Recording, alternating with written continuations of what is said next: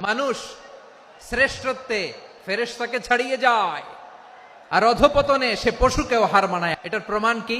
মানুষ শ্রেষ্ঠ হইলে যে ফেরেশতার চেয়েও সেরা, তার প্রমাণ কি?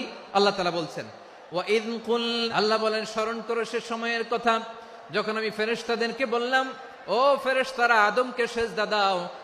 সব ফেরেশতারা সম্মান সূচক সেজদা আদমকে দিল। তারা আদমের জন্য সেজদায় লুটিয়ে পড়লো, একজন ছাড়া, তার নাম ইবলিস। আওয়াজ করে বলেন তার নাম কি? সে অহংকার প্রদর্শন করলো, সে কাফের হয়ে গেল। বাকি সব ফেরেশতারা সেজদা দিল। সুবহানাল্লাহ।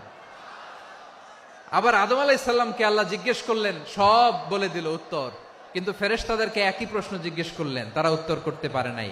তার মানে এর মধ্য দিয়ে প্রমাণিত হয়, মানুষ ভালো হলে ফেরেশতার চেয়েও ভালো, ফেরেশতার চেয়েও মানুষের মর্যাদা বাড়িয়ে দিয়েছে কে?